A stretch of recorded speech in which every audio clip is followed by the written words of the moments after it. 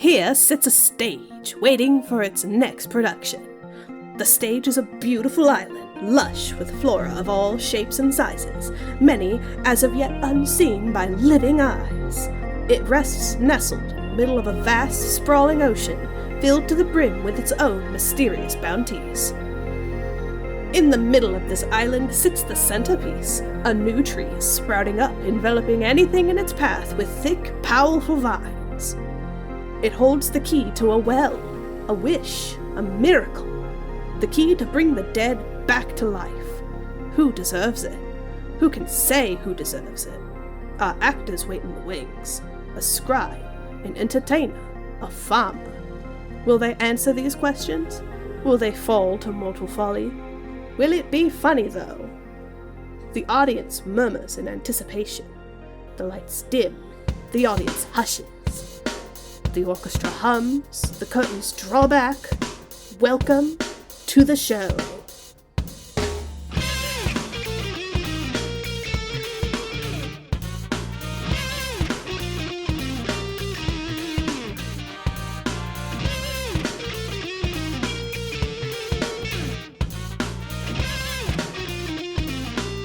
You nasty little slut. You're gonna make me do this? You're in charge. Take responsibility for once in your life, you pathetic worm. Yeah, fine. I was trying to see if you could give me a hand. I have a lot of nerves. I peed like 17 times in the past hour, but fine. I will explain. Hold on, that sounds like a medical issue. It's a very normal thing for me, apparently, and nobody else. So, this is a show called Dice Funk. Welcome. I hope that you are listening to this of your own free will. If not, I can only presume some sort of final destination Rube Goldberg-esque machine has led you to this position where you're trapped and forced to listen to this podcast. In that situation, though, as well, welcome. If this is playing in one of Jigsaw's traps, hello, Mr. Jigsaw. Big fan of your work. I would love it if you'd let me help on some of those little machines you make. They're very fun. Big ups to Jigsaw. Love those bear traps. Dice Funk is a tabletop role-playing show where a bunch of us nerds are going to get together and we are going to tell an interactive story between each other, an improvisational story, not interactive. Although, stay tuned, there will be a vote at the end of the episode to decide which character dies. So D&D is pretty simple. We're going to gloss over a lot of the meat and potatoes of it the meat and potatoes are what we're giving you. It's the nasty corn we're not going to show you. The stuff that's kind of boring. Just know the dice will be rolled. The higher you roll on the dice, the better. The lower, the worse. And the highest you can roll, a 20, is a very big success. And the lowest, a 1, is a very, very big failure. Nobody wants that. And my name is Quinn. I am the Dungeon Master. I will be handling all the NPCs and the little monsters, the little freaks, all the strange stuff this season. You can find me when I'm not here over at patreon.com/weeklymanga-recap, my manga podcast that I've been doing now for what feels eternally long. And it would be greatly appreciated any support you can give. But I'm the most boring one here. Everyone else is far more interesting. So who would like an opportunity to introduce themselves? Oh, you left it up. This is the fucking social anxiety cast. You've gotten all the people together who can barely work their audio equipment and start crying when asked to talk. Great job. Not my best plan, but like once you get going, you're limitless. All right, well, mine's quicker because I don't got anything to shill. Hi, I'm Dan. I don't. Should we do character introductions now, or how are we doing? Just your introduction right now. Got it. Hi, I'm Dan. I'm the diversity hire of Dice Funk. I'm not an online creator in any way, shape, or form. You can't find me online. If you wish to speak with me, go to your local DMV, get online, and start screaming to speak to Dan. Eventually, you will be arrested. And, you can kind of take it from there. And yeah, just happy to be here. I've been playing RPGs and TTRPGs with Quinn for probably near a decade and a half at this point. We're closing in on it rapidly. And this is actually going to be the first time outside of one shot where Quinn has DM'd for me. And that's going to be a fun little experience. And I'm just happy to be here. I'm jazzed. Beautiful. What a beautiful soul. Also, a decade and a half, that's 15 years. I don't know if it's been quite that long. We're closing in on it because next year will be 2024. And I think our first interactions were probably in like 2010.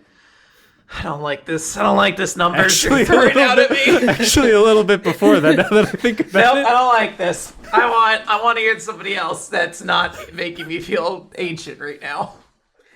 I'll go. I'm excited. Hello, my name is Sara. You might also know me as Cosmignon on most places. I've been a big fan of Dice Funk since like 2016 when my lovely partner Charlie introduced me to the second season, and since then I lost my mind drawing so much fan art that eventually Austin is like, "Hey, do you want to like come on for like a mini season bit like 2 seasons ago?" And I tasted power and I wanted to come back. you redeemed your Dice Funk purchase points. Yes. But yeah, so the first time I was on Dice Funk was just a couple seasons ago, back in season 9, and it was for like half of it, basically, as a part of a dragon-themed mini part of that season. But now I'm finally on a full season, and that's exciting. I've been so excited about this. I think I've just been constantly thinking about it since I got into the planning stages. And putting aside all that, yeah, you can find me most places as Cosmignon. That's Cosmignon, and that's like the website formerly known as Twitter, the Tumblr, Instagram. I have a Patreon under that same name where I work on my webcomic Runaway Dracaina, and I'm also working on a comic adaptation of the mini series campaign that I did in the middle of that season of Dice Funk. So many things. Wonderful webcomic that everyone should be going and reading right now. An additional little comic for you little freaks who want to know more about season 9. So much stuff. I'm a very busy woman. That just leaves us with one person, perhaps the most shy and reclusive of the nerds, the Austin. Hello, I'm Austin Yorski. You probably know me as the Dungeon Master of seasons 2 through 9. We're starting to do some double DM seasons here, some experimental format, shifts here.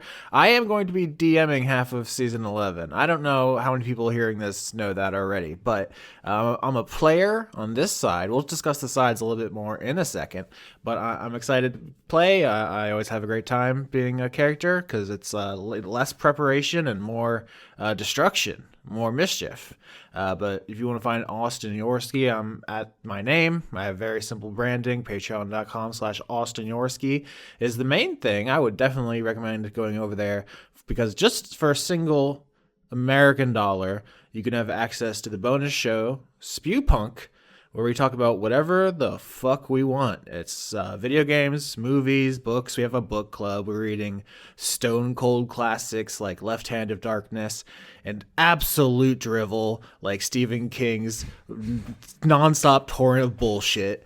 So that's a great time. I've been trying to get Quinn to introduce a couple of Warhammer books into that reading list. He does. Yeah, it does happen fairly frequently. Like, what would be a good addition? What would go great with the Mercy? The taking of the fucking U.S. Pentaford by the orc goblins.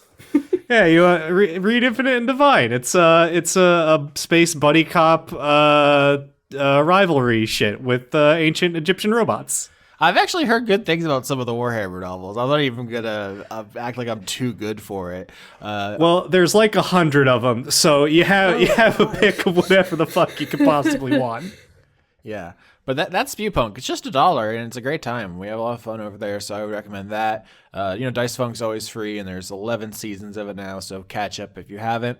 And then we also do some credit stuff, but it was just Austin Yorski is where you find me. I don't do social media much these days. I put all my eggs in the Twitter basket, and then it became a kind of a white supremacist platform. So I've kind of given up. I don't know what to tell you. I guess you could find me if you want, but I'm defeated. I'm beaten down social media wise. So maybe they'll make a good one, and I'll be there. No, they won't. That's a fool's errand to want a good social media website. Yeah, what would I even want out of social media anymore? I used to just like listen to like my favorite content people make little jokes, but then they all got like harassed into oblivion. So now I don't even use it for that. I don't know. I'm bringing the mood down. I'm sorry. I'm on Blue My Sky. Instagram exists for exactly two purposes: pictures of small animals and pictures of miniatures, and that's all I ever see. Occasionally a woman in a bunny suit sneaks its way in there under the bunny hashtag. I'm quite upset when that happens, because that is not the type of bunny I'm looking for. Yeah, I was about to say all my friends are on Blue Sky, but I don't check it much because I don't really want to see their naked bodies. That's not really the vibe I'm going for, and it seems to be like Blue Sky's whole thing. And I'm like, I mean, I would like to go to lunch and maybe talk about your pets or whatever, but I do not need to see that go inside of you. I'm sorry. Austin truly revealing his cowardice right there. I'm on Blue Sky, and you post wherever you want. Austin could be the narc fun police over there. I'm going to support you. All right. All these links are in the description of the episode. You'll find, Runaway Dracaina, my stuff, Dan's. It's just kind of a dark, dank hole you can throw coins into. That's New Jersey. Yeah. So check in the description of every episode you listen to. There's jokes in there. I write them, and I think I make them fun. You also know how the characters' names are spelled. If you ever put them in there. I gave pretty simple character names this season, so hopefully that's not going to be too much of an issue, but you never know. Which brings us to, what is Dice Funk? What is this show? What are you talking about? What's season 11? Do I have to go back and listen to seasons 1 through 10? The answer to that is no, you don't. Even this season, which is contingent upon, or its existence is basically predicated by a previous season, you don't have to go back and listen to season 9 in that case. Because we'll be able to explain it for you. This is an anthology series. You can jump in whenever you'd like. All the seasons are really good, so go check them out at some point. But don't feel like there's a huge backlog for yourself. Season 11 shall hopefully be very self-contained. The premise in this season is that all the gods are dead, which is a good way to start any world. But sort of the last act they did was to create these biomes, these places for people to live, but one was left blank, and the player characters of a previous season were the ones who got to create that biome, and those player characters all had an affinity towards nature and plant life and things of that nature. So thus this biome has been created that is almost entirely plant life. In fact, if you were to consider landmass, it is entirely plant life. There is a sizable chunk of just living plants that all have been grouped together to create somewhat of an island. And all of the plants there are somewhat inherently magical, sort of like there are a little bit of sentience to them all. And there is a wide variety of weird plant life that can be found there. But in addition to this strange place of plants, there is an ocean that it sits upon, and in that ocean is a well that people's remains can be dropped into and then bring them back to life. It's a resurrection well. And our story concerns the top half of this adventure, the above side, the plant island side, where there is a movement being done to basically make sure that the people who are getting revived are not tremendous assholes. So a team has been put forth to basically ensure that the people being revived don't suck too much. And that is what your characters will be doing. I did a lot of research about geography for this season. I know we could just say, oh, it's magic, whatever, magic can explain away anything. But there are real things called floating islands, which are a mass of aquatic plants ranging in thickness from several centimeters to a few meters in our world. And this is how I've been picturing it. Is this normally like an island when you think of it is like actually, it's a large earthen structure that goes underground. Like there isn't a bottom to it, right? But like this is a real thing. So I've been learning all about wetland ecosystems, and that doesn't matter because you're about to just say some shit and it's going to be true no matter what I read on Wikipedia. I've got a question for you now, Austin, because you said you researched. Did you say a few centimeters? That's what it says. Yeah. So could I throw a leaf into a lake and go, bro, I discovered a new island? It's right there. Yeah, if you pay me $45, then online I'll send you a certificate if you want. You could also be the Duke of the island for a couple more dollars. This sounds like an amazing deal. Yeah, you also get a star named after you. It's a twofer. Yeah, so we're above team, and then there's going to be a below team that I'm going to DM on the other half of the season. Although players have pretty immediately taken to calling them dry team and wet team, which probably will catch on much more. Yeah, I can't stop that. In my mind, there's like a very like Pokemon style like duality of names, and there was something very like catchy to above and below for me. But I know that wet and dry just is more memey, so I've accepted what I can't control here. Yeah, we definitely need art for the season that portrays the two sides like Pokemon games, like blue version or red version. Oh, that's so cool. I hope I didn't miss anything. I will note that while I have DM'd before, I have a bad brain, so I may forget some details. I'm hopefully not. But that is the short version of the story. As we get into it, we'll explain a bit more of those details. But in the meantime, I think it is paramount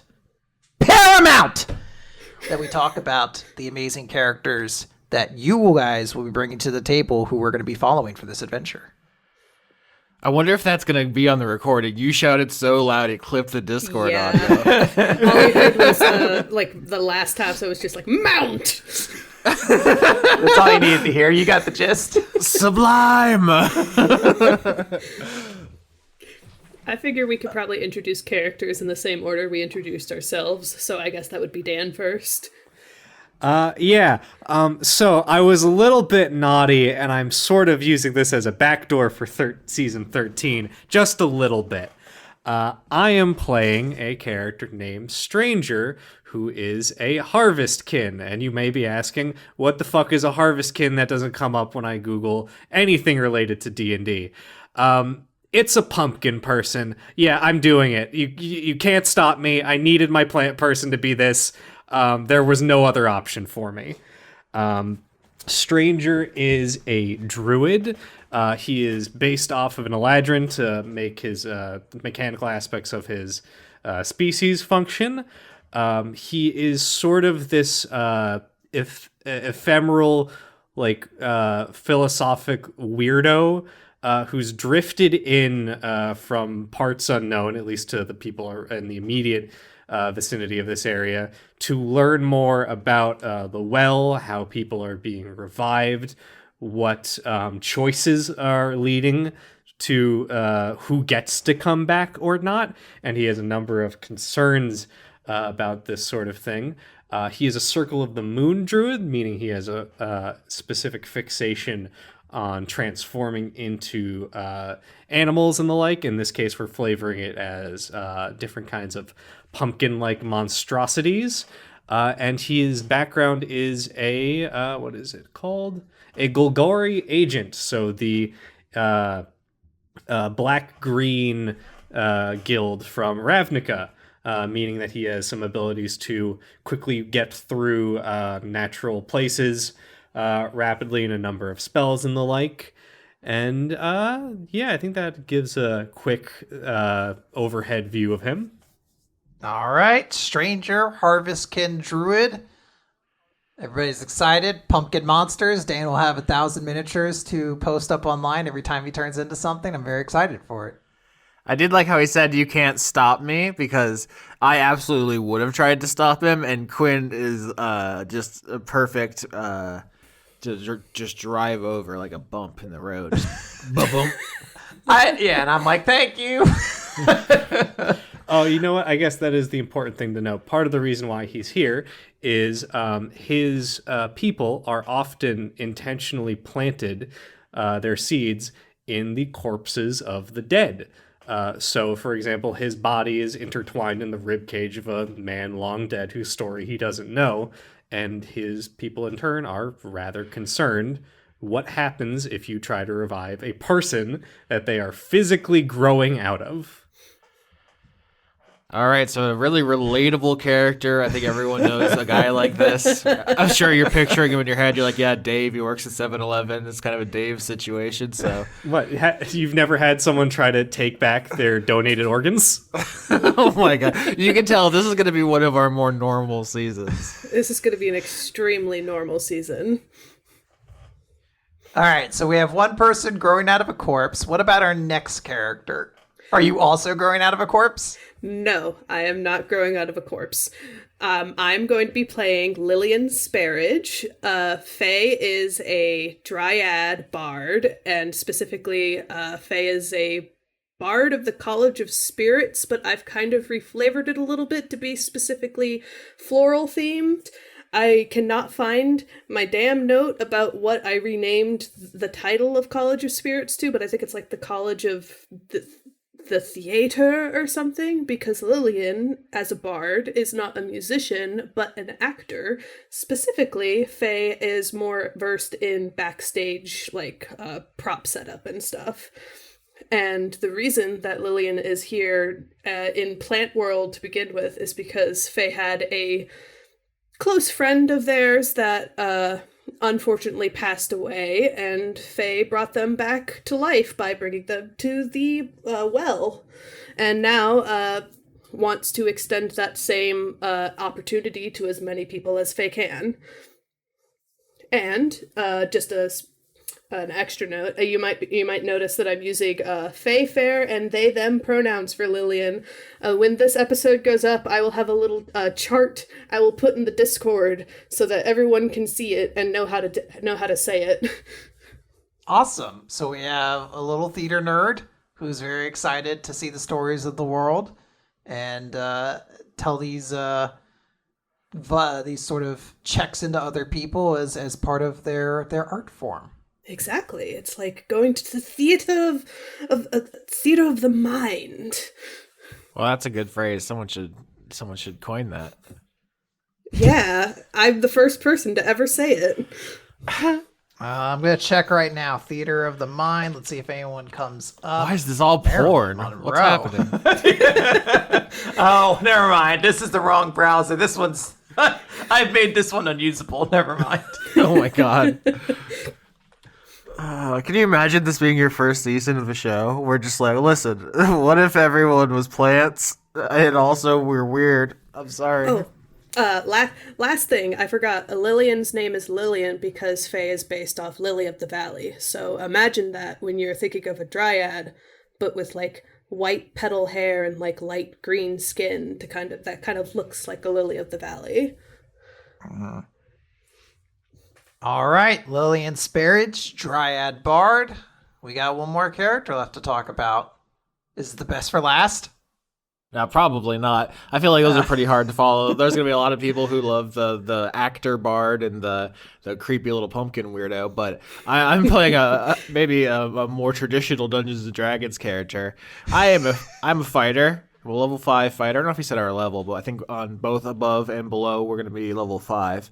I try to start from different places when I make Dungeons and Dragons characters. Like in season 1, my character was, class first. I was like, I really want to be a cleric and explore religion. Last season, I started with a weapon. I was like, no one ever uses this lance, so let's try to make a build that like utilizes this weapon that never gets used. This season, I was like, what is a skill proficiency no one has ever used in the 9 years we've been doing this show? And I realized no one had ever taken calligraphy proficiency, so that's where I started, of all things. My character is a treant named Hialeah. Treant is the no copyright infringement version of the Ent from Lord of the Rings, so a tree person. I'm using the Firbolg stats. Firbolg, if you don't know, are kind of the largest player characters. They're like kind of giants. They're also very in tune with nature. They're like nature giants, so trying to be a tree person is a pretty clean swap there. Like I said, level 5. My background is Far Traveler, because Hialeah's whole deal is she has traveled all across creation. Treants are the longest living race or species in D&D traditionally, except for the ones that are just like straight up immortal. So she has lived like so long. She's seen everything, talked to everyone, has a lot of experience, but has finally come to this place where there are seemingly endless stories to be discovered and written in calligraphy. If we look at Lilian as being someone who wants to bring as many people back as possible to spread this beautiful, miraculous gift. So yeah, there's kind of a spectrum here of optimistic about resurrection, skeptical of resurrection, and then Hialeah thinks of herself as like a neutral, objective observer. She wants to write like great biographies of these people, like if they're like terrible villains who can't be brought back, she wants to chronicle that. If they're great heroes who deserve to be resurrected, she wants to write about that. We'll see how events influence that starting position. But yeah, imagine a baobab tree is my inspiration, or even wispy woods from Kirby is the icon I'm using. So just a kind of tree person with minimal leaves, and she has a very rotund body. This is the character most like me physically. My previous player You're also made of bark. Yes, my previous characters, Anne and Wendy, have been extremely high dexterity characters. Hialeah has a dexterity of 3. The lowest it could possibly be, -4, which is much like me and my destroyed knees. She is a fighter, so high strength. This is like the most me a character has ever been. She's a writer. She can't really move very quickly, but she will bulk you in half. So I think that covers all the major things. Lawful neutral for the alignment for all that matters. She thinks of herself as like someone who stays within like ethical guidelines, but she's not like a hero. She writes about heroes. So fighter level 5, Far Traveler, Treant, Hialeah. Very interesting. Now, I think you just mentioned alignment. While I will note that is not exactly a factor in this universe, D&D sometimes plays it that good and evil are like objective truths that can be like recognized by the universe. It's like a material description. Sometimes they are used. So does anyone have an alignment they want to put forward just as a way to like get people's appetites wet? Yeah, I put down neutral good as probably the most like accurate I could think him to be. Interesting. Like he might have fundamental disagreements on the concept of bringing people back in some cases, but he's not malicious. He believes in doing good and treating people right. Part of the reason why he's here is that he knows he looks like a scary monster, and also accepts the fact that people like him, even if they wanted to be revived, are probably less likely to get a pass as a result of that. I would also say Lilian is also neutral good. My reasoning for them is that not chaotic good, because Faye isn't like breaking the laws or like going like really hard on any kind of beliefs aside from like believing that everybody deserves a second chance, and not really lawful good either, because I think fair like opinion on what makes someone good or not is just, okay, well, are you going to make up for what you did? Okay, that's cool. Just a very like forgiving, like neutral good, like everyone's good at heart kind of view on things. Yeah, all these character sheets, I'm going to post them on patreon.com/Yorski, but I'm sure everyone else will post them in the Discord, on social media and stuff, so you can see all the little details. Like I've written in the flaws box for Hialeah, inflexible, both physically and mentally. So I think that's something fun to play into. It's going to take her a couple hours to turn around and face the other way. And also she has a way of doing things and is not really interested in changing that. So Awesome. So we got a bunch of goody two-shoes and a neutral observer. We've got our cast of characters. We have Stranger, the Harvestkin Druid, Lilian Sparage, the Dryad Bard, and Hialeah, the Treant Fighter. I think this is quite the crew. yeah, isn't it weird that what a coincidence we're all plants, huh? How did that happen? So strange. We all mind melded. It's almost as though you guys coordinated it for a season where you're going to be dealing with an island of plants, which is where I want to start you. I want to talk about a tree. Can you indulge me with that for a second? Well, Austin just did for like 5 minutes, so yeah, we probably can. Wow, that's really reductive. I'm not a tree. I'm a tree person. They're completely separate. It's fucked up. People are just big apes. I mean, it's true. Some of us are bigger than others. I would like to turn everyone's attention. Have any of you heard of a banyan tree before?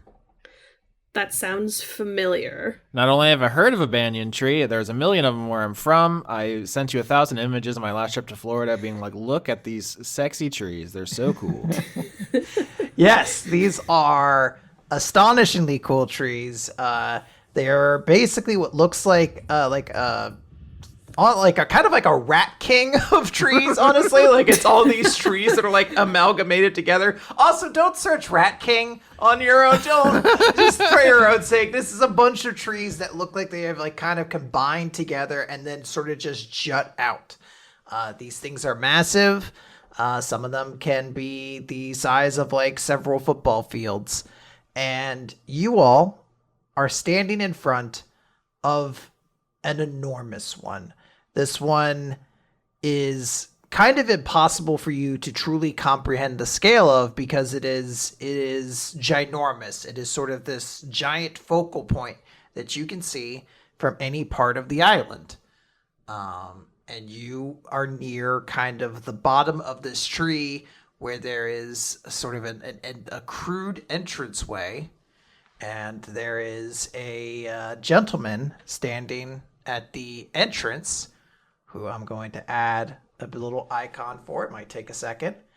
But they are a human with dark skin and an afro and an attire that could best be described as sort of Sergeant Pepper Lonely Hearts Club style bright clothing.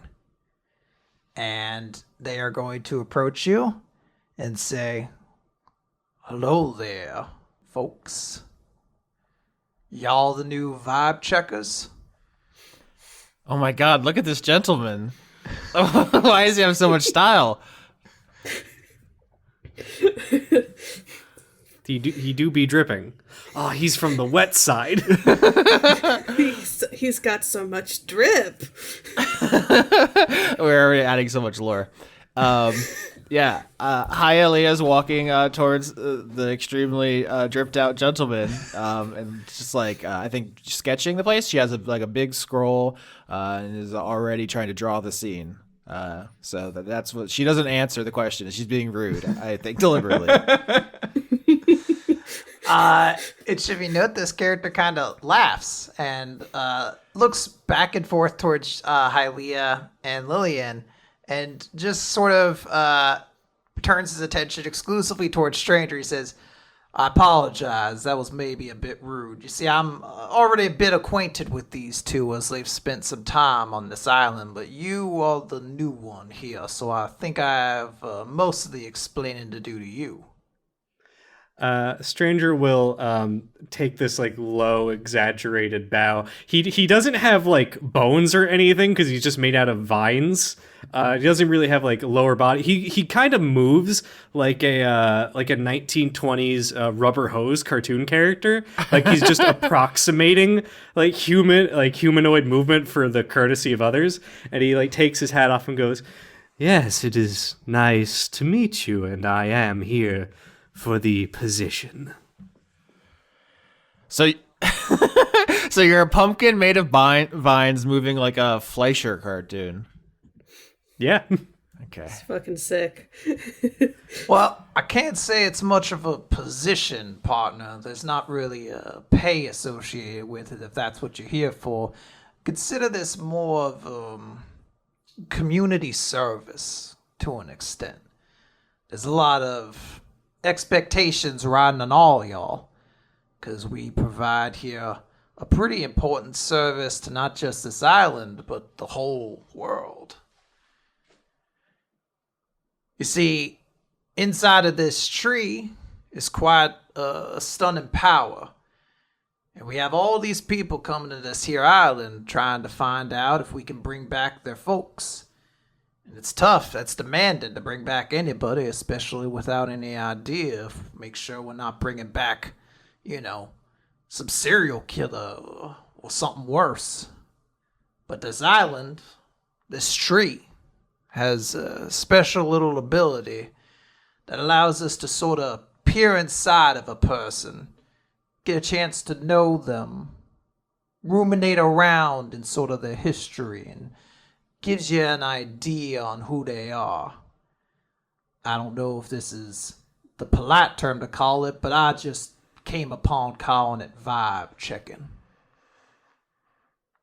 Hialeah wrote this entire speech in calligraphy, decorating it with images of all the party and this mysterious person, whose name they almost certainly know, although Austin doesn't know it.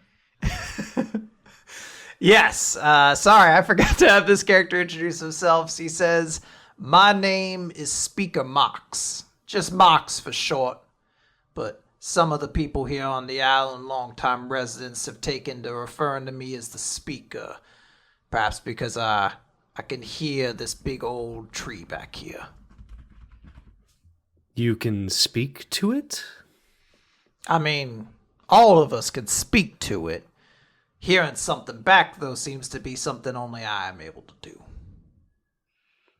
Then tell me, why are you stepping down from your position? Well, that's a very good question. I must say that it's a lot of responsibility for one person, which is why there are multiple of you taking on this position in the future. There's a lot riding on what you do, and I think it's too tough a decision for one person to be making that. It's too easy to make mistakes. A valid reason if there ever was one. I've been doing it for a while, though. You'll find some people that have been brought back here on the island. Faye over there, her friend. I brought them back. You could probably find them over at the gig. So, I guess my name will ring out to some extent here, but consider me a mentor for you for any questions you have about this whole process. And I cannot be more thankful that you were able to bring Needles back, and I'm also so grateful to be able to join you in learning how to do this wonderful task. Well, that is quite a lot. I would like to again reiterate that I did not bring her back. There are teams that help achieve making sure these body parts then get into the well. I just made sure she had another opportunity, which was only possible because you went and brought her all the way out here. Well, you were part of that. And now I get to be a part of that too. Well, I'm glad you have enthusiasm. It will be needed because this job can be a tad taxing at times. Checking somebody's vibe isn't as simple as just kind of reading off an itinerary of what they've done in their life. You kind of go along with it. And most folks here, considering the dead, had kind of a tumultuous life, if you know what I mean.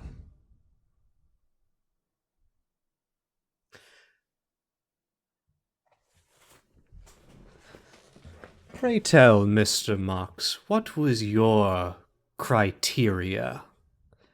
How did you weigh their heart against a feather?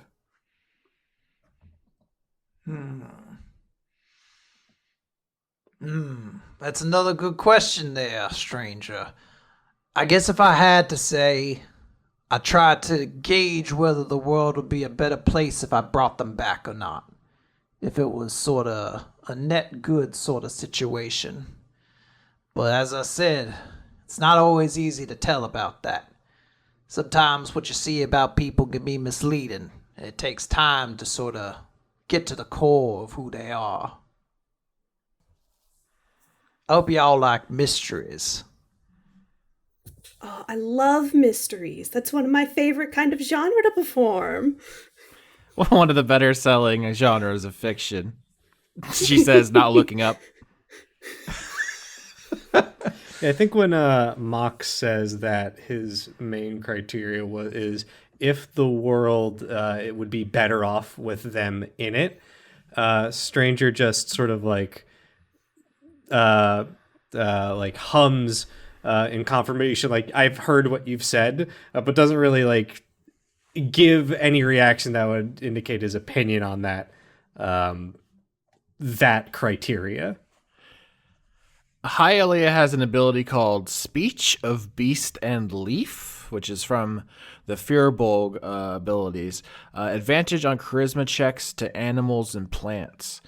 Can I get a sense of the giant banyan tree? Just how it makes me feel? Because it's so big and can be seen anywhere on the island. It has the magical ability to read someone's heart. So what does it make me feel being in its presence? Sure, Austin, this is a great opportunity for you to do the first roll of the season. Oh yeah, and we're also learning about advantage and disadvantage for new listeners. Advantage means roll twice and take the higher roll, which I'm about to do. I got an 18 and a 0. Oh my lord. It's so good that was advantage, because that 0 was a botch -1, which is just the worst that could happen. Yeah, I very much enjoy that you almost led the season with the botch. Always a great sign, but instead you rolled phenomenally. An 18 is extraordinarily high. So I will say that as you try to sort of commune with this tree, the feeling you get would be incredible power. There's sort of a very difficult to describe presence being in sort of the face of this tree. There is like a palpable energy that you can feel, not like electricity or anything like that, but just sort of like a like almost tangible gravitas to it all, where without really knowing much about this tree, you know that this thing is powerful in a way that is sort of difficult for you to comprehend. Like, you're able to look at like a bodybuilder and be like, yes, they are very strong. Whereas this is something that is almost like a landmark of such importance that it carries across this feeling to you that is cosmically powerful. Yeah, I wonder what the consequence of botching on this would be, because this is like the thing that is the season's premise. So getting off on a bad foot would have been upsetting. So with 18, she just kind of reaches up and like runs a hand along it. Honestly, everything you just described is how I feel about being in the presence of a banyan tree. That doesn't even seem like D&D stuff. They're really large and impressive. So. That all checks out. She's intrigued. She has like several different scrolls with her. She has like starting like writing. Here's my writing on Speaker Mox. Here's my writing on Stranger. Here's my writing on Lilian, and just starting another one for the tree. Does the tree have a name? If you ask in character, Speaker Mox will just say no name to the tree. Just sort of goes by what it is. I don't think names really carry the same significance to someone like this. Mm-hmm. That makes sense. Stranger will smile at that, actually. I guess I should explain to you how this whole process will go then. Feel free to interrupt me, ask any questions you might have along the way, but, I guess this is orientation for all you folks. Basically, all that needs to be done is some minor preparations for the tree, maybe just some candlelight or something like that, not exactly candles, but some stuff to make sure that you can see yourselves inside. And then you bring inside the remnants. Some folk have it in little containers. Some folks just bring you a big bone. And whatever it is, y'all bring it in here. But usually first, take the time to talk to the person bringing it. They'll give you a little bit of a heads up on maybe the sort of person you're going to be interacting with along the way. Then you'll sort of find yourselves inside of them in a way, or the memory, or it's hard to describe. You aren't experiencing everything they saw so much as everything they think they knew and what happened to them in that bit. And it can be intense. You might find y'all selves being attacked. You might find y'all selves under duress. But I want to assure you right now, ain't nothing can kill you in there. You can get hurt real bad, but I don't believe anyone can die from what goes on in there. Perhaps that will set your mind a little bit at ease. Well, it does bring down the dramatic tension. Maybe I'll just leave that detail out. I think readers would like the suspense. Well, even if we did die, we are a rather short trip to coming back, aren't we? You can see that. You can see Lilian was putting their hand down, obviously about to ask, if you die in the mind, do you die for real? You know what? Since Austin brings it up, sure. If you die in the tree video game, you die in real life. I didn't mean to change your lore. I was just trying to be an annoying writer about it because that's my character. Oh no, I'm sorry about the meta commentary that I'm gonna provide. All right, M. Night Shyamalan. Well, Mox said Austin, so I think Quinn is gonna shoot you. Hialeah, how could you do this? I'm sorry. Oh boy. Mox will continue saying, while you're inside, you'll poke around, figure things out. And I ain't never really figured out exactly how it ends, but usually as you come to have a pretty clear picture of who this person is, it'll all come to an end. You come out, and y'all make your decisions. I brought a sword. Yeah, I mean, that's good to have. As I said, you might be fighting things while you're inside of it. Anything you bring with you comes inside their tree with you. Oh, wonderful. Hialeah shows off her weapon.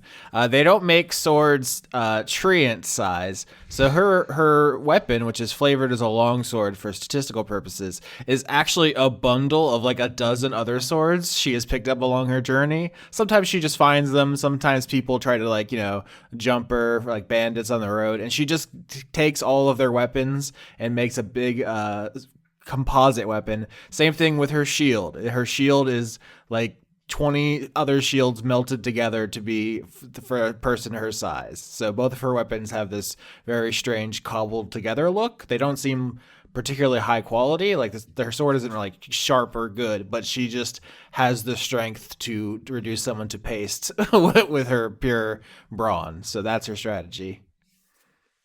Do we have a client to see now? Indeed you do. You can find Harper over down at the Gig, the hotel that most people stay at on the island. Hialeah and Lilian should be well acquainted with it, but strangely, you can all get yourself set up there too if you're interested. Just speak to the robot. I think I will do that, although I prefer to be out in nature to rest. But this is not my home, and I do not know what it is like here at night. Well, if that is your choice, you're more than welcome to do it. I myself spend all my nights outside as well. I think we should make our way to the Gig then, friends, for we have work to do. Before we leave, can I get an insight on Speaker Mox? I want to see what I'm gleaning. Yeah, absolutely. We should, I guess, briefly describe that insight checks in D&D are used to basically give you a general vibe of a person. In a way, this season is you guys doing roll this giant insight checks on people. So I think that's a good choice to do here. Yeah, I'm gonna hit the button. That's a botch. Oh, oh my god! Two No, botches. this season. Even though you didn't get the first. So this while does not bode well.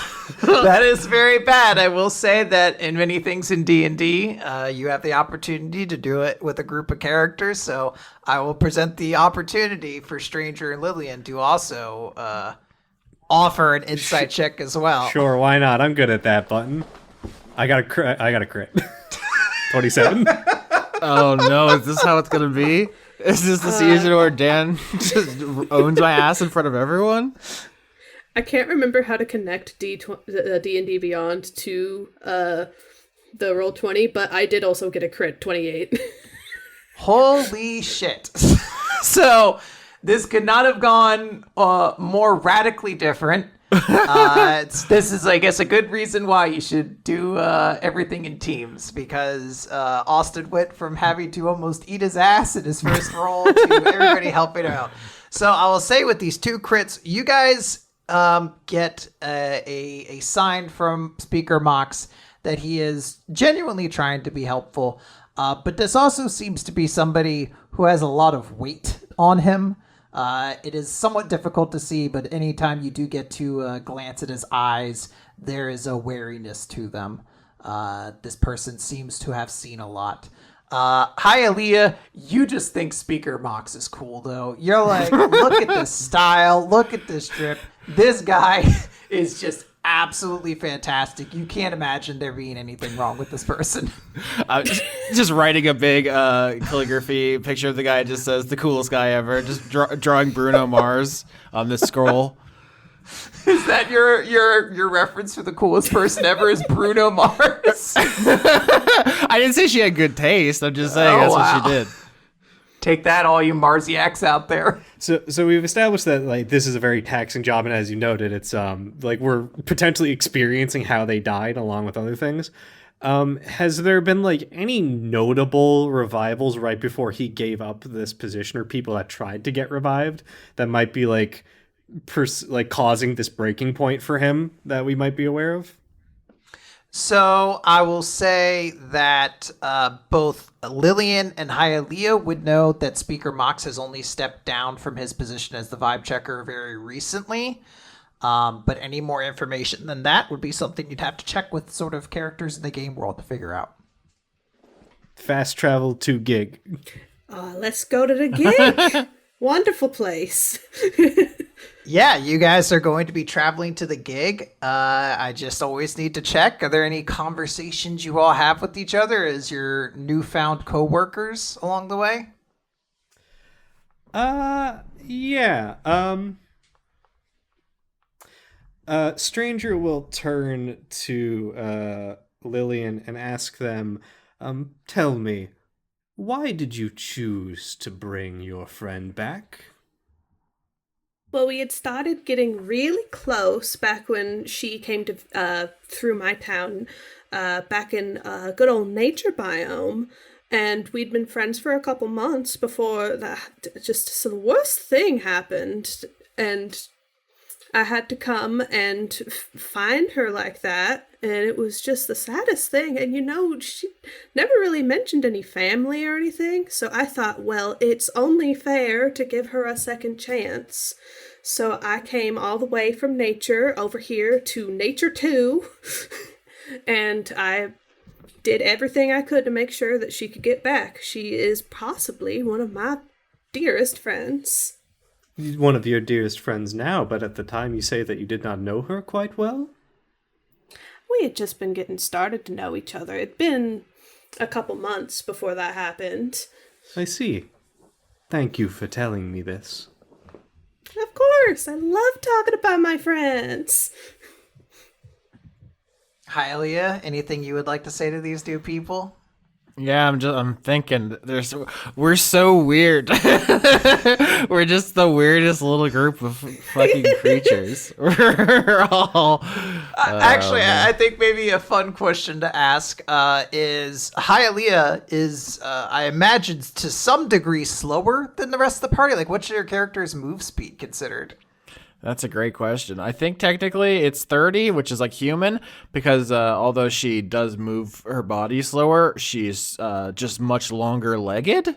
So much like me, if you've ever tried walking next to me before, you'd be surprised how far ahead of you I get, even though I can, one functional leg, just because they're so long. I throw them ahead of me and that drags me very quickly. So yeah, I feel like she is keeping a pace against all odds, and she's like looking down because she's much taller than either of you, and like watching you interact, and just once again just writing this stuff. I didn't realize how rude my character was going to be. It's coming to me now that I'm just going to be a weird judgmental freak looking down on everyone and just writing down like, this guy has got some strange vibes. So what's this whole pumpkin deal? Actually, Strangel has a question for Hialeah, too. Tell me, you're trying to chronicle as much as you can. You've lived a long life. You have a well here that can bring back just about anyone. Why not find an archaeological site, dig up a body? You would have access to stories that we, quite frankly, would not be able to tell. Just without bringing them back, just gathering bits of half-educated guesses otherwise.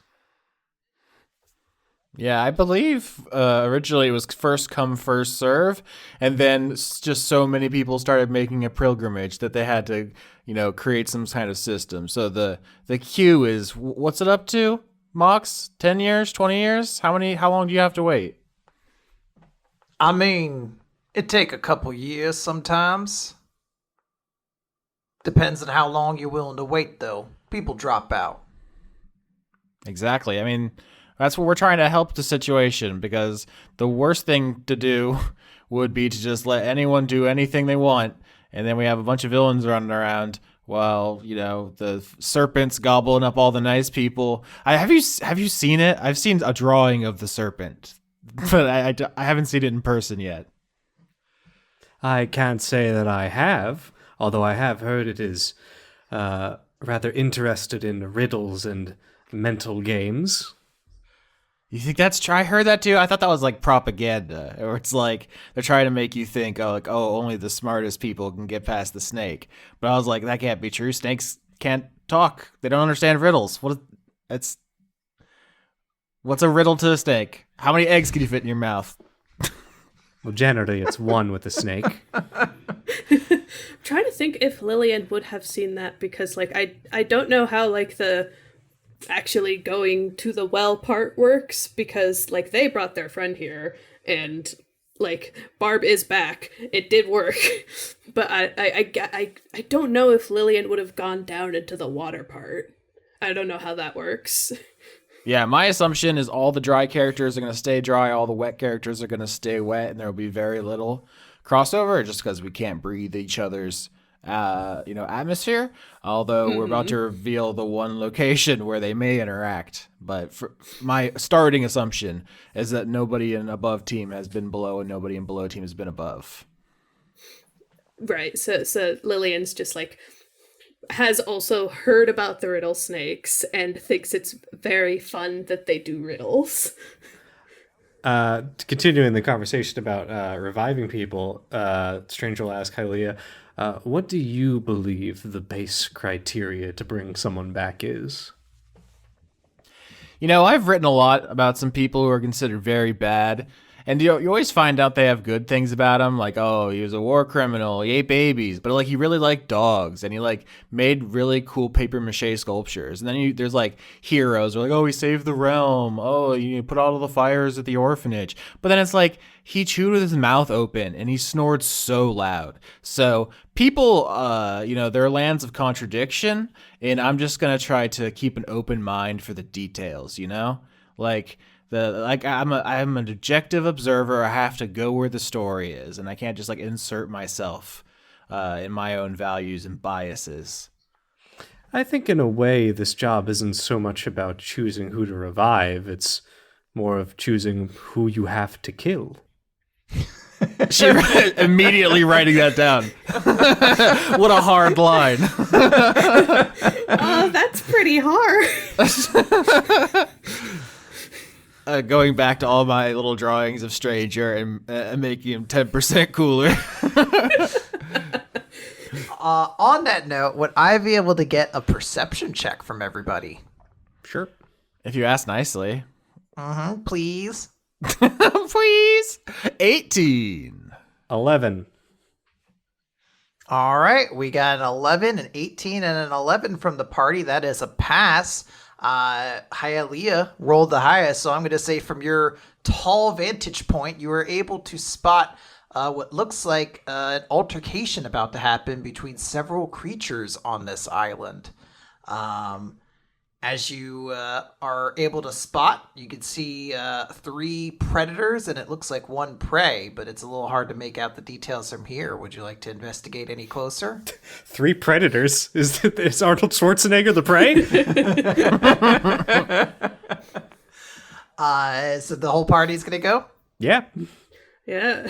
You fucking simpleton. You know they're called Yautja. They're not... the predator is a description. It's not the name of the alien. Well, come on. Well, we don't know that if predator is like the English translation of Yautja.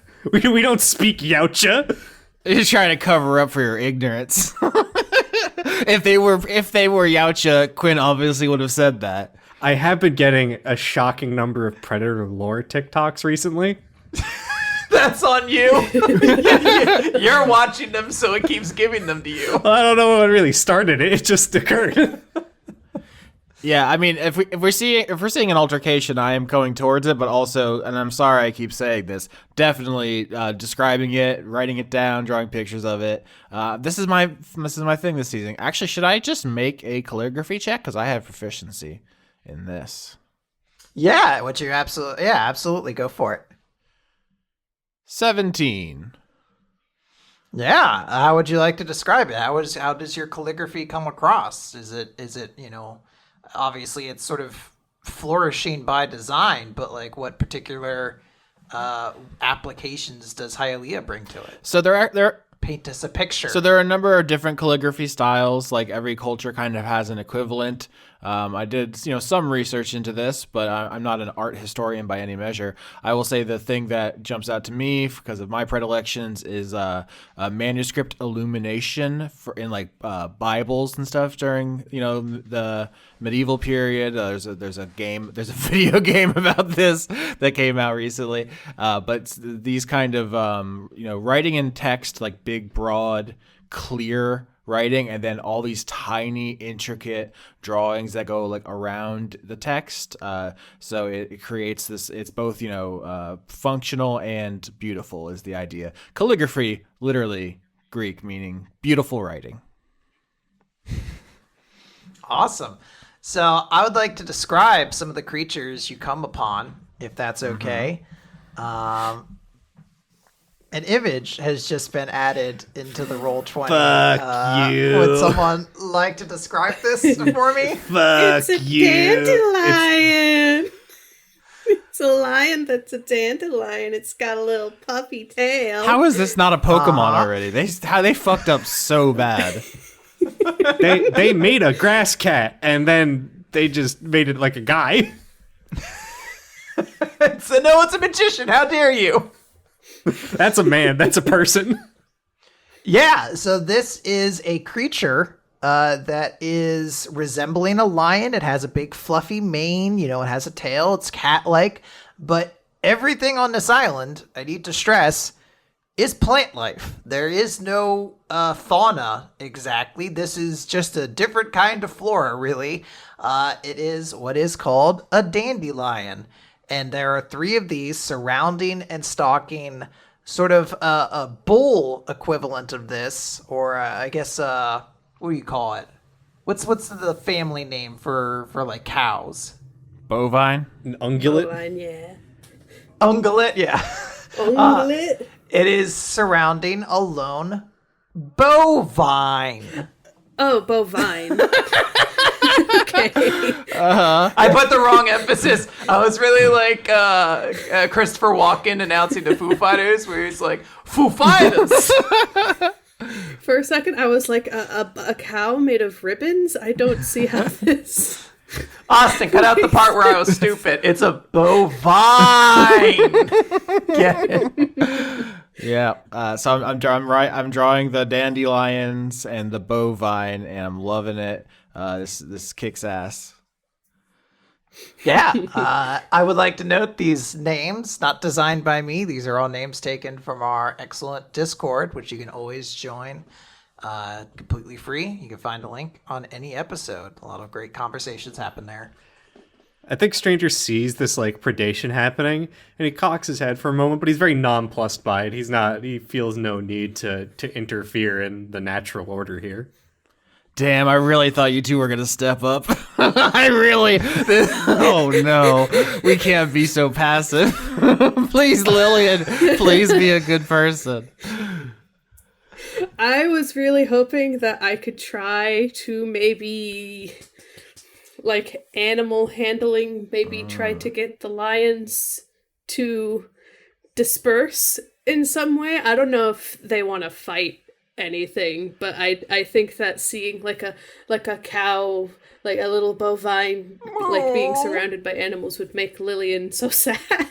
Moo. Don't let me die, Lilian. Moo. No! Is this a person? I was not aware of this.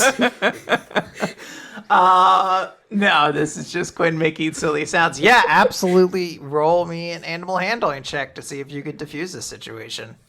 All right, animal handling. Boop, boop, ba-doop. That's a +3.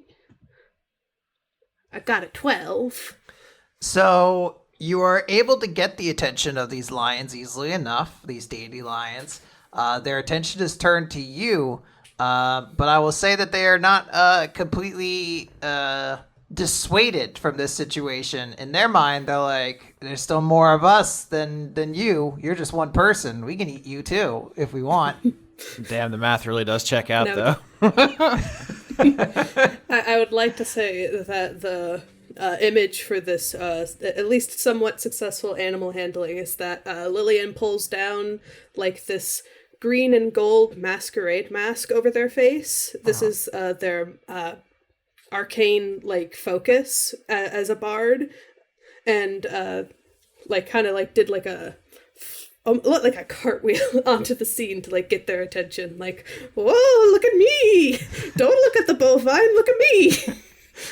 I think this is a situation where there might be a little extra step needed to see if you can scare these these dandelions away. Otherwise, they might just turn their attention towards you instead. Yeah, he'll Stranger will step in now that this seems to be Lilian potentially getting herself eaten. He was just fine with letting nature, run its course normally, but we have inserted ourselves into the situation already.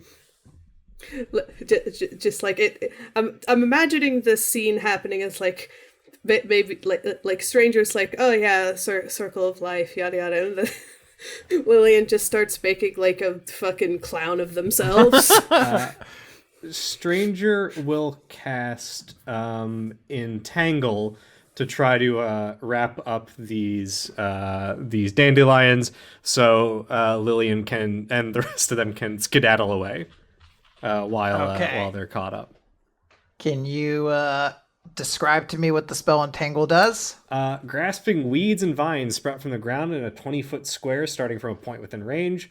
For the duration, these plants turn the ground in the area into difficult terrain. A creature... Oh, it's a single creature. I did not know that. Ooh, that's bad. Uh-oh. Okay, whatever looks like the lead lion, the dominant lion of the pride, Stranger will attempt to restrain, and the rest of them are stuck in difficult terrain. They need to make a strength saving throw or be restrained. All right, and with saving throws that I'm making, I need to roll a dice and then beat a particular number. What number am I trying to match or beat? 15. 15. I rolled a 21. Oh no. I just realized that if we're about to roll initiative for combat, my character's stats and personality line up so much. She has the lowest initiative bonus possible in the game. I do think this is a situation. They see that a spell has been cast on them, and these dandelions are now sort of aggroed. So at this point, I would need initiative checks from everybody. Yep, I got a 6. I got a botch. I got a 3. I also rolled a botch, so it's okay. What the fuck? 7. All right. Yeah, apparently a lot of low numbers there. So it looks like our order is going to be it's going to be Lilian first, and Hialeah, Stranger, and then our dandelion. So Lilian, you're up first. There are 3 of these dandelions here, and they look like all of their aggression is about to be turned towards Stranger. Yeah, what Lilian wants to do is, after kind of making, like, a show of, like, getting the, like, dandelions to look at them, don't look at the bovine, look at me, they're going to cast Minor Illusion to create, like, a loud, like, fireworks kind of popping noise to like, in the hopes that it, like, kind of gets the lions, like, either to run off or at least, like, kind of get, like, startled. All right, so you're making loud popping noises. Minor illusion. We're kind of playing loosey-goosey with the rules here a little bit, but these lions have to try to figure out if what's actually happening is real or not. So they need to do what is called an investigation check. They don't have that skill, so this is just a flat intelligence check. And it turns out dandelions are pretty dumb, so I don't think so. Yeah, they botched, and it was a -3. So I'm gonna say that 2 lions are actually scared off by this gesture, but the biggest sort of alpha lion that Stranger tried to spell on is still sticking around. It wants a fight. And that is Lillian's turn after a little bit of goofing and gallivanting, trying to figure things out. All right, Hialeah, you're up next. All right. So seeing that the combat has started, she does put the scroll away and heft her longsword, which I said is, made of a bunch of different swords, all kind of melted together. I'm picturing the grafted blade greatsword from Elden Ring, if you've seen that. And I didn't discuss what kind of fighter she is. She is a rune carver. The Rune Knight from that Giants focused book, but instead of the flavor of being part of giant culture where you carve runes to have effects, just the variety of swords she has gathered over the years. Some of them just are enchanted. It's not really her business. She didn't do it on purpose, but this is a world with magic swords. So she is going to swing. She has extra attack at level 5, so I get to 26 and a 14. Interesting. All right. Well, both of those are going to hit. These are just normal lions. So, yeah, you're going to do some damage. So there's going to be 2d10 plus 12. And that, plus 12? Yeah, both of those have plus 6 on 2 hits. So that's 17 damage. Is that going to kill the dandelion? That is not going to kill the dandelion, but it is going to put quite a chunk into them, so to speak. Your attack absolutely hits home and is quite damaging. And so when the blades make contact, an arcane rune on one of the scavenged swords lights up. This is an ability called Fire Rune. When I deal damage, I can add 2d6 to the damage as fiery chains leap out and wrap around the creature. So first, let's get the extra 2d6 damage. And that is going to be 4, so not a ton, but you need to make a strength saving throw or become restrained by fiery chains that leap out of my weapon. All right, the lions roll a 10. That's not going to do it. Oh, no. Strength is my whole thing. So you're all wrapped up in fiery chains coming out of my completely Frankenstein weapon, and this tree is towering over this animal. Yeah, it's worth noting your attack is not only damaging, it is palpably brutal for this creature that is made entirely out of plant life to some degree. They are extremely flammable. Yeah. So it seems like your attack is very effective. There is sort of this metal biblical moment going on of you wrapping this lion in chains on fire, and it kind of not screaming. I don't want it to be that horrific, but roaring out as it's in quite a bad position right now. This is the most self-indulgent character I've ever made. I'm like, oh, she's a sensitive nerd. She writes stories. She does have a cool sword. this is such self-insert OC shit. I'm sorry. All right. Stranger looks a little bit sad that this has developed in the way that it has. And he's going to try to put it out of its misery and use the produce flame cantrip. Stranger, because he's this like wiggly vine person, he has actually a lot of problems standing up straight. And like a scarecrow, he's got a wooden post tied to his back and across his shoulders to keep him in this roughly humanoid form. And off of his one shoulder is a trailing vine carrying this old fancy ornate gothic lantern that's a little bit rusted over, that has like a light glow inside of it, and from there he's going to cast produce flame and throw a fireball at this dandelion. 16 is absolutely gonna hit. Dan, describe to me how you incinerate this dandelion. I don't think this is like the brutal like incineration you get in maybe like a horrific I don't think this is a brutal incineration. I think this is like this final fireball reaches out from his, or blasts out from his lantern, and then the dandelion's there like stops moving for a moment and then just turns to ash and blows away in the wind. Yeah, so you have effectively defeated the dandelions. They've run away. You can see the bovine is very grateful for your services. You can tell because it's just eating the ground and staring at you. That is cannibalism adjacent. We're all on the same page, right? We're all cannibals when you think about it, really. I don't think that's true, Quinn. I need you to think deeply about what you just said. No, we've all eaten people to some degree. You ever like bite at your cuticles? Bam, you've done it. Yeah, boom, cannibal. All right, episode 1, we're all cannibals. The SEO on this is going to be great. I will note that with all this fire magic, it is seemed that there is a little flame remnants kind of hitting the ground and sort of just embering there. I don't know if that's a verb, but there's just small ones there. And Speaker Mox is going to wave his hand, and a small rain cloud will appear to sort of put out the fires that are still going on there. Yeah, I was literally about to say Hialeah will turn to Stranger and just say, what's the big idea? Wiggly guy, we're all extremely flammable. I'm actually less flammable. Baobabs can contain a lot of water in their trunk, which is why we changed in size, which is an ability I actually have from the Fear Bulk. I'll tell you about it later, but fire, why? You did literally sorry, I went into Buford's voice.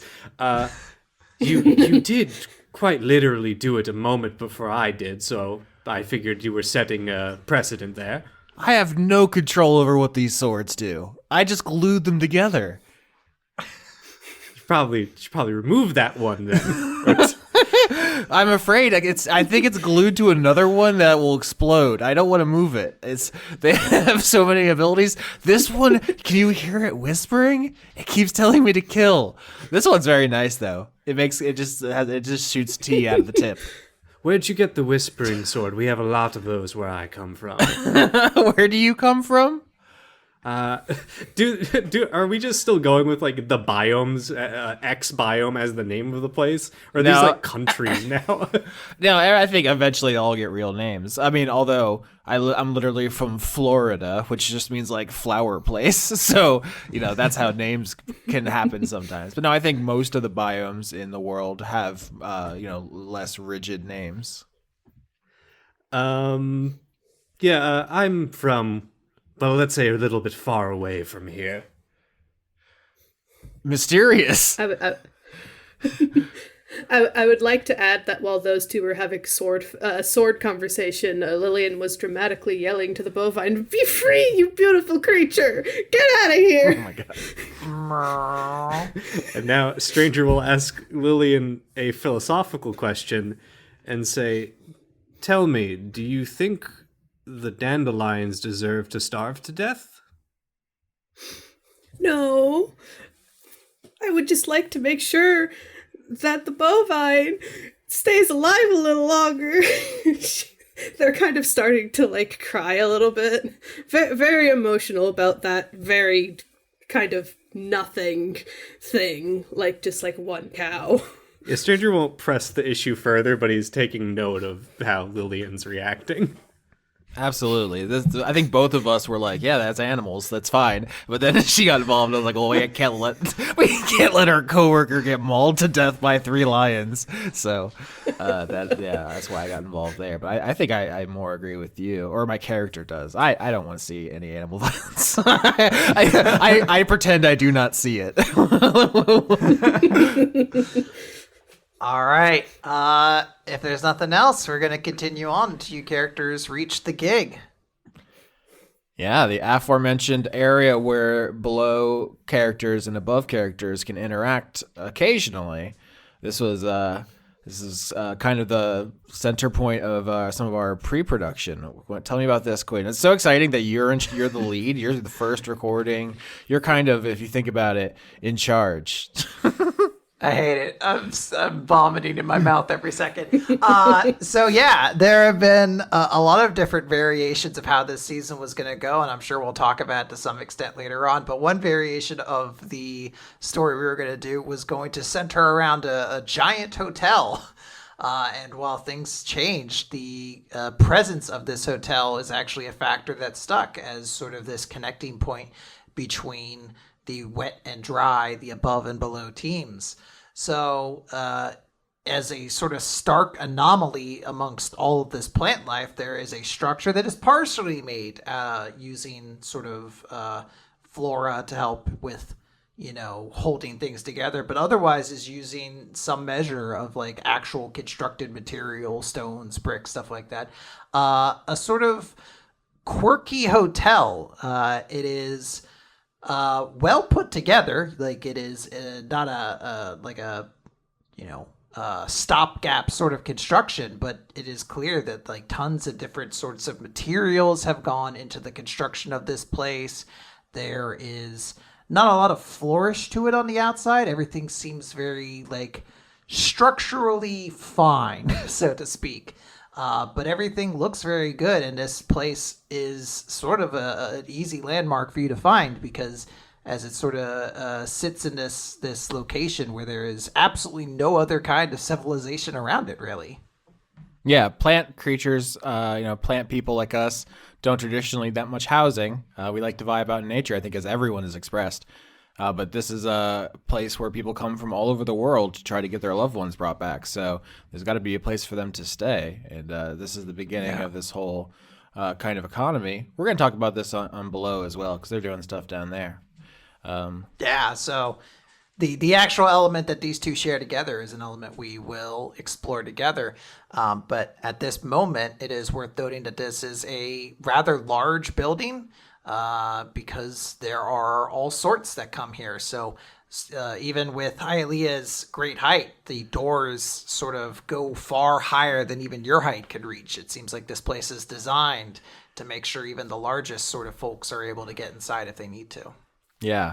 From the outside, can you tell that it pierces the ground and goes down into the ocean below? Like, is it like wrapped and held in the branches and vines of the island, or is that something you would only see if you were inside and going down the staircase into the ocean? That's such an interesting question. I would believe that you are able to see it if you are looking closely at sort of the edges of the building sort of construction, where there is sort of a bit that maybe you can see that the water is seeping up a little bit, but that it actually pierces down. I think you would maybe not realize until you stepped inside. All right.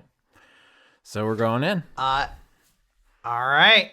As you guys go inside, you find there's sort of I don't want to make this sound like this is a very fancy hotel, but I don't want you to think this is like a Motel 8 either. There's actual like real flourishing to this place. There is art on the walls. It's maybe not good art, but this place has somewhat of an upscale figure to it, and you can see all sorts of folks kind of walking back and forth through it. But there is a sort of help desk at the front if you'd like to head over there. I just for my own self-masturbatory enjoyment, I'm imagining this as the Hotel Pennsylvania, a no longer functioning hotel in New York City across from Madison Square Garden, because I spent most of my childhood in that building because my dad was the sales manager there. That was deep Dan lore. Yeah. Oh my god. Absolutely. This is also an opportunity for you guys to help paint this picture with me. Is there anything you would like to establish that this hotel has that you kind of want to point out at this moment? I think if we're walking in on the dry level, it definitely has a, you know, like you just said, a Hotel Pennsylvania kind of atmosphere. I think it's like Art Deco is the term technically. But I imagine if you like look down, there's like a spiral staircase in the back, and you can see that the wet rooms, the wet half of the hotel is dingier. We're going to talk more about it, but the word saloon is coming to mind, I think, if you look down the stairs. They have a different culture kind of going on the other side. I think that there is like a old maintenance groundkeeper shack outside that has sort of fallen into disrepair, and Stranger is clocking that as where he's probably going to set up because it looks like garbage. Okay. I imagine that there is maybe like some kind of like on the ground floor hotel restaurant bar thing, because one of my background features as an entertainer is that Lilian, by a popular demand, can perform somewhere and get free lodging and food of a modest or comfortable standard. So Lilian does a lot of performances in that hotel restaurant. Nice. Interesting. You would be quite famous here then.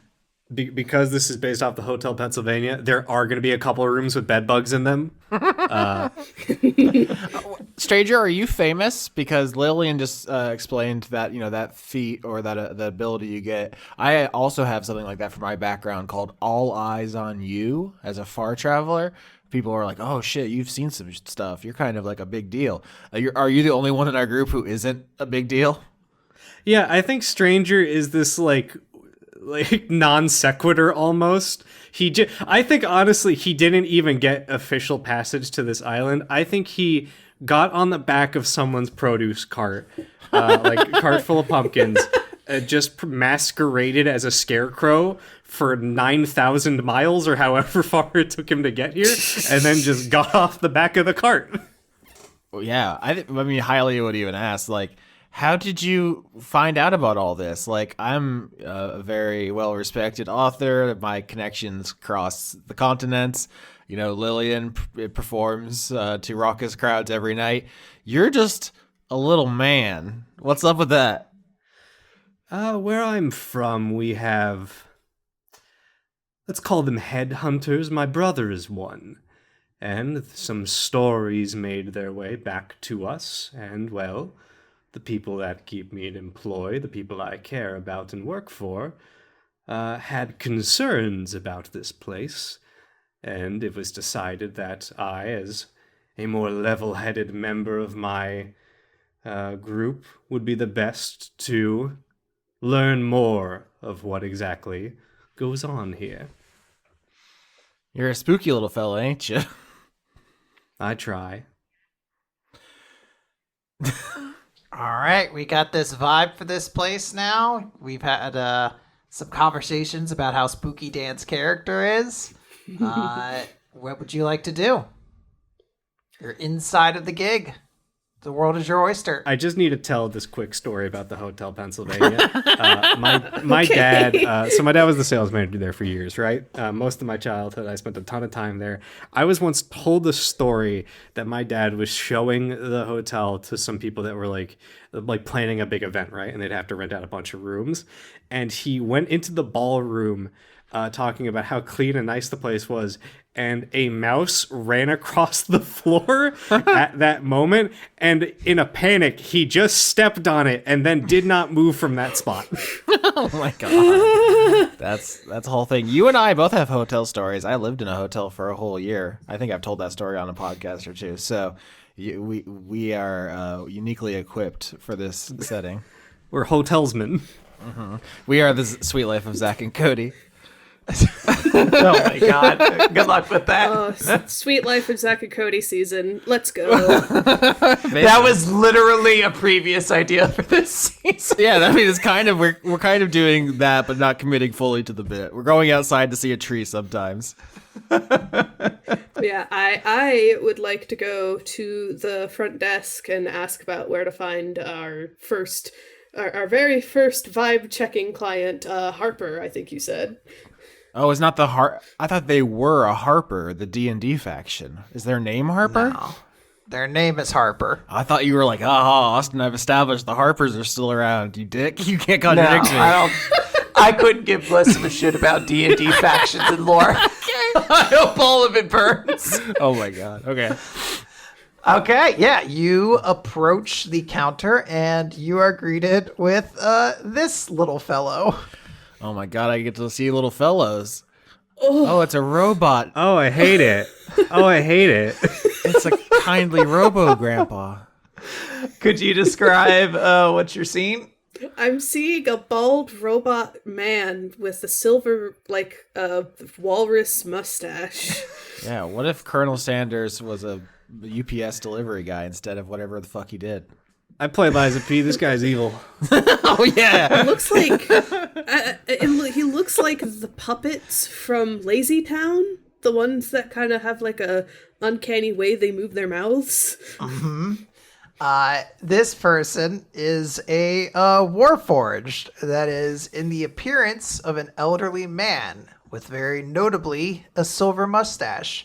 And he says, oh, good to see you, fair Lilian. How are you doing today? Oh, I'm doing wonderfully. There was a little bit of a sad kerfuffle with some animals outside, but we tried to make sure that a beautiful little bovine was protected with our powers and such. And now we're looking for a particular person that Mox told us to come find named Harper. Oh, well, I'm glad you weren't hurt at all. I'd be ever so distressed if you were. I would make sure that you got proper medical attention. We have plenty of alcohol to sterilize any wounds that you all might have. I think alcohol would kill Lilian. I don't know that you have the metabolism for that. Do any of us have livers? No, but I have... Only one way to find out. I've got some drinks. Would you like some? Oh my god. Not right now. Maybe later. Stranger takes a drink, drinks it, and it just falls through his open ribcage. I actually have... Interesting. I could actually soak up a lot of liquid and store it. It's one of my bark's many features. So I'll keep some for later. Oh, yes, absolutely, Miss Hialeah. Oh, always good to see you. Now, who is this queer fellow here? You can't be saying that, little robot. We don't talk like that anymore. I don't know when you were built. You can't just be saying stuff like that. He's the youngest person here. He was built to look old. I was built 7 years ago, I'll have you know. Do you guys know the tweet, "You can't say that, white baby"? You can't say that, white baby.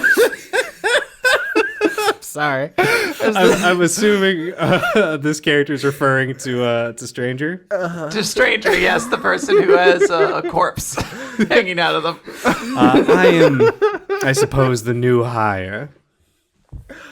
Oh, yes, you all are going to be doing the vibe checking. Oh, marvelous.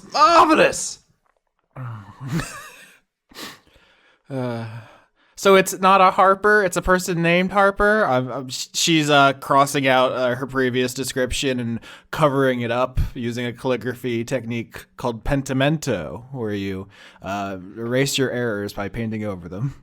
Yeah, pimento.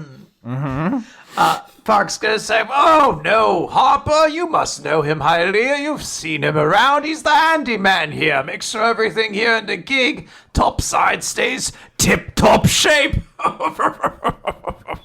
Do you have like a switch to make you slightly less the way you are that we can turn? There's a lot of knobs back there. Don't remember what they all do, but you're more than welcome to fiddle with them if you'd like. Yeah, I'd like to fiddle with your personality module to make you more of a Hambo Jackson, if I may.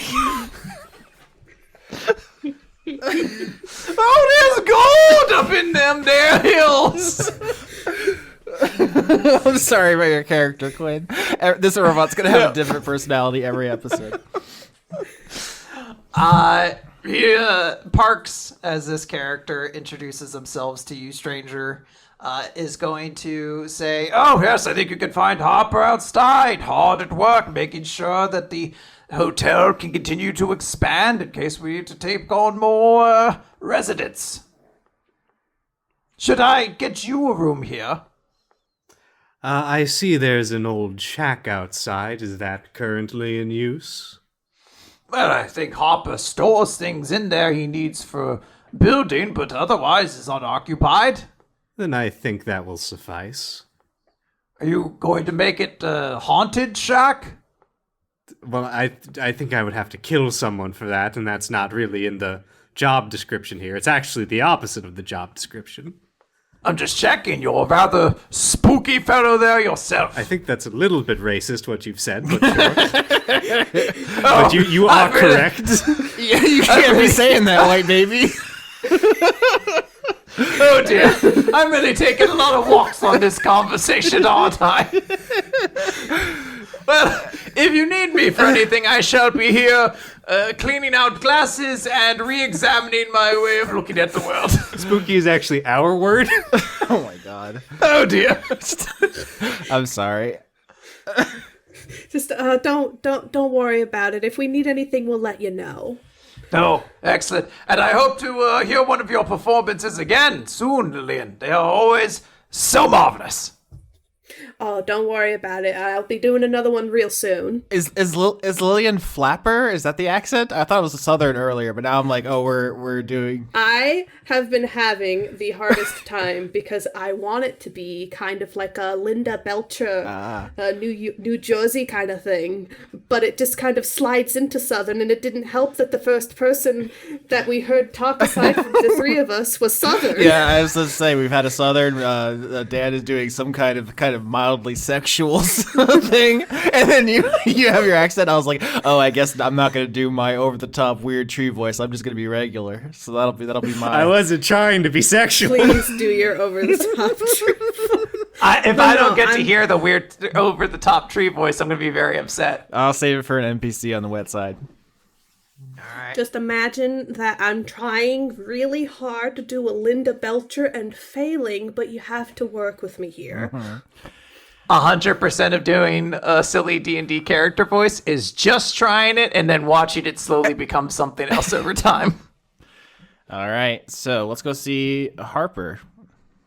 Yeah, absolutely. So you guys head to the outside of the gig, and it is not hard to find Harper, as you can hear the rhythmic sound of a hammer pounding. And you can find this fella just on the outside as they're doing some light construction work on the exterior of the gig. Lilian's gonna be waving a very dramatic hand like, Harper! Yoo-hoo! Oh my god, it's Fix It Felix, you motherfucker.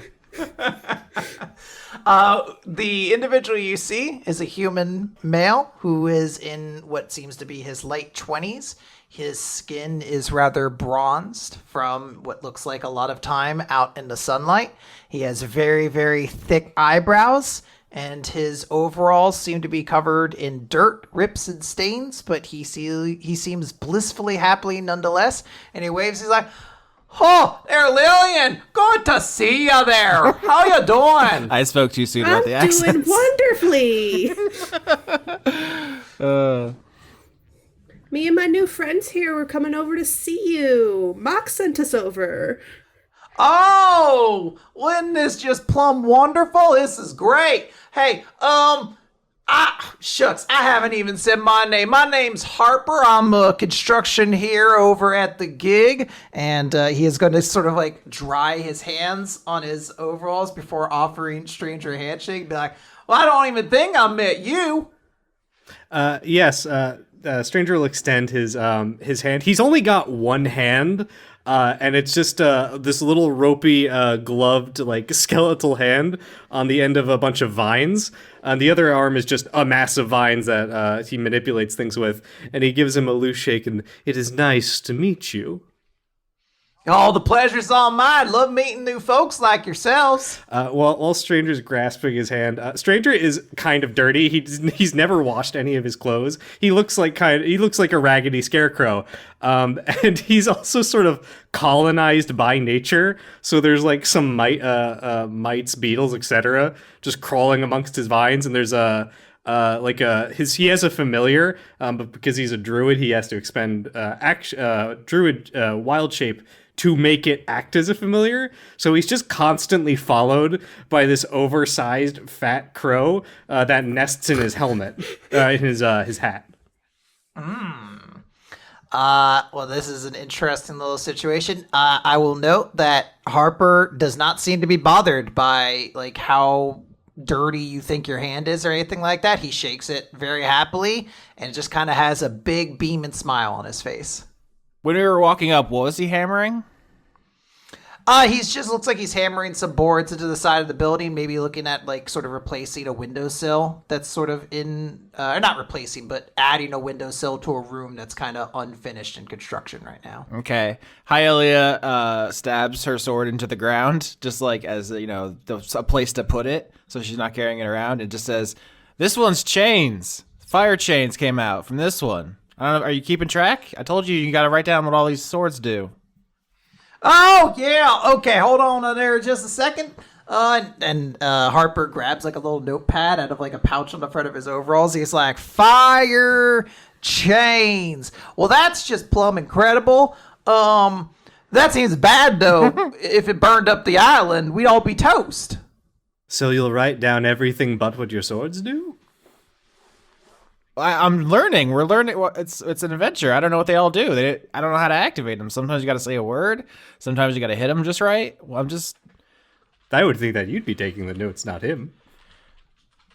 I just love to be helpful. I always carry a little notepad on me, so it's just kind of a thing. You could just go on in there and add little notes, and then be like, "Hey Harper, what's on those notes?" And I'm like, "Well, I got that for you." I'm not a metalsmith. I'm a writer. Sometimes I tie new swords to the mast. Sometimes I glue them. But now that I'm here, I'll just bring the swords to this person. He attaches them proper, so it seems a lot easier. Stranger nods. This is acceptable. Would y'all like a label on this one? Call it Fire Danger. Danger Fire? Oh, we'll have to workshop that. I'm sorry. Naming things is very important. I really take it seriously, so I want to sleep on that. Yeah, I'm sorry. I'm just plumb real bad at that sort of stuff. But what brings y'all folks out here?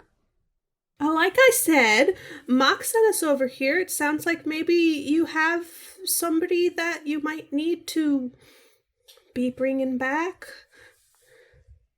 Oh, is it time for my brother? Oh, that's just wonderful. Really just a great day getting better. Oh no, if this is Fix It Felix, this is Brother Wreck-It Ralph. Is that what you've done to me, Quinn? I fucking love Wreck-It Ralph.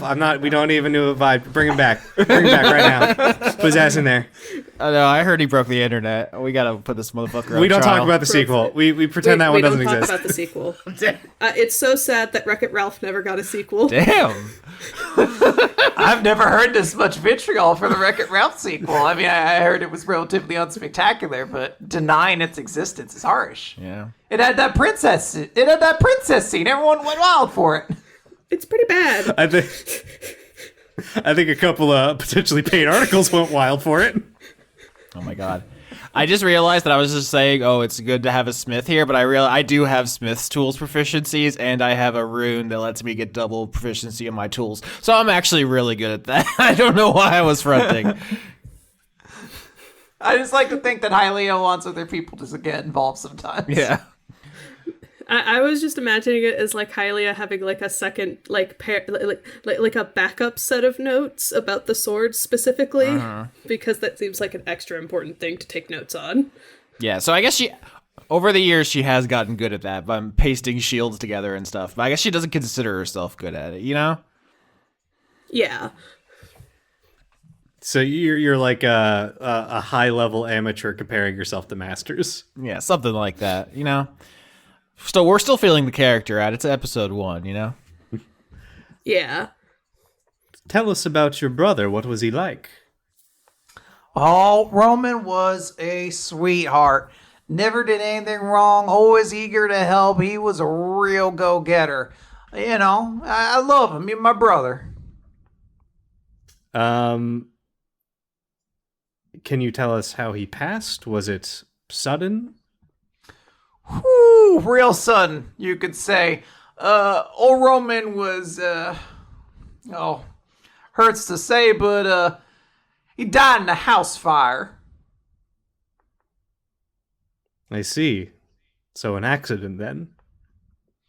Yeah, seems so. I'm not much of a detective sort, but seems like my brother had a bit of spot of bad luck that kind of followed him around after he got lucky the one time. So, you know, bad things happen. Looks like a lantern fell over and burnt up to a crisp. The one I got his ashes with me if that's what you need. the one time you say. Yeah, my brother had a bit of a spot with pirates at one point in time, but miraculously he survived the whole thing, and we've been pretty close ever since. Spent all our time together. You know, it was our place actually that burned up. The ashes, were they collected from the house, I assume? Yeah, yep, absolutely. Just kind of scooped him up, but you know, I wasn't too plumb concerned because I knew I could come here and bring him back. Hialeah very excited writing pirates. Some markets, those are very marketable stories. It comes and goes, but when pirates are hot, they're hot. She's very excited. So Harper obviously loves his brother. I guess the vibe I'm getting potentially though is that maybe Roman was into some shit, and that's caused a problem. He's also a little bit concerned what else is mixed in with these ashes that we're about to bring back. Would it be possible to, I guess, insight how, like, is Harper maybe concealing some nasty stuff Roman might have been up to? Like brotherly love blinding him? Yeah, absolutely. Give me an insight check. 22. Wow, that is a great roll. I will say that you are getting the impression from Harper that this man doesn't even really know what lying is. He just seems so excited to talk to people. He doesn't seem to be hiding anything. This man genuinely believes that he had the best brother in the world, and he's super excited for him to come back.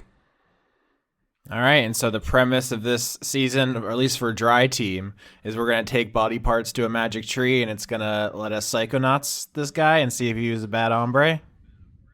Yeah. Do you guys have any last questions for Harper? If not, we can, I think, wrap this episode up with a couple more lines. What will you do with him when he comes back? Do you have a place he can stay, I assume, with you, or will you stay here once he's returned?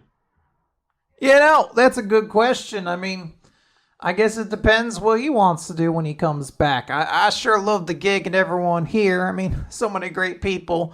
I love that robot. But, you know, my brother and me are close. So whatever he wants to do, I'm going to go with him, I think. Where would you go back to if your house burned up? Do you have family at some other place? Like, where are you from? Is it like the mysterious continent of dangerous, unexplained fires, or? I He's gonna note. I had some colony that we're back from. Little town back in sort of the start of the New World kind of area. But it's we just built our house the first time. We could build it again, maybe with less lantern hooks this time.